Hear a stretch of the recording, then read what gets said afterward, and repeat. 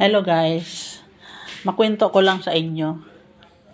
Kasi kahapon naihian ng alaga ko yung kanyang higaan. So basa ngayon yung kanyang bedsheet. Umalis ako kahapon dahil nagpa-medical ako. So ang ginawa ko, tinabi ko muna yung kanyang bedsheet. Pero ayaw niyang palabahan guys. Sabi ko hindi pwede kasi mangangamoy tayo. Mangangamoy panghi yung higaan mo. Ang ginawa ko, hindi ko muna ginalaw dahil alis nga ako. Pero tinabi ko lang muna. Hindi, yun na nga. Pagdating ko kahapon, naghanap ako ng pamalit agad doon sa higaan niya ng sapin. Tapos binabad ko ngayon yung kanyang bedsheet na ang bigat pa naman guys, ang bigat. Binabad ko dito guys sa lugar na to. Sayang yung kanina paglaba ko, hindi ko naisip videohan. Kasi sa sobrang busy ko. Ngayon, ito na nga guys. Alam nyo ba, ang bigat-bigat guys. Ang ginawa kong paraan, tinapak-tapakan ko na lang yung yung bedsheet.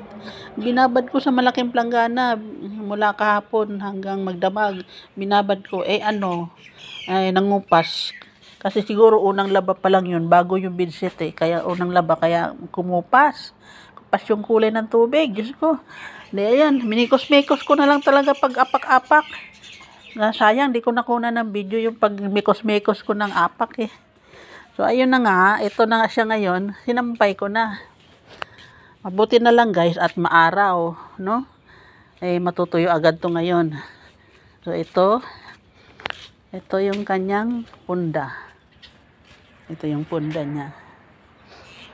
No, makapal kasi itong na to, bedsheet na to guys. Ayan, no? Makapal kasi itong bedsheet na to. Kaya, ayan, nilagyan ko ng sa loob. Medyo tuyo-tuyo na siya. Matutuyo to maghapon kasi masikat ang araw. Dito ngayon guys sa Taiwan, pag araw, mainit, no? Pero may panahon talaga na malamig. Tapos pagdating ng mga bandang alas 6, ayan na, malamig na yan. Hanggang magdamag yan, So siguro hindi pa masyadong yung winter. No? Pero pag talagang winter na winter guys, nako, umagat magdamag yan, malamig. So ito na nga, tuyo na pala to.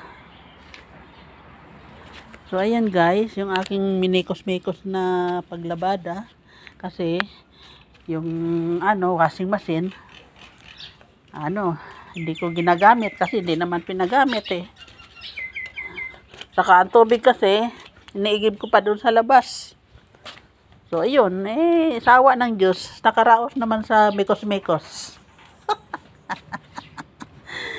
Nakaraos din sa mikos-mikos yung aking nilabhan. So, payapa na ngayon yung isip ko na nalabhan ko na yung bedsheet ng alaga ko. Hirap ng buhay OFW. Samantalang sa atin, meron talaga tayong washing machine pero ganun talaga So yun na lang guys. Ay.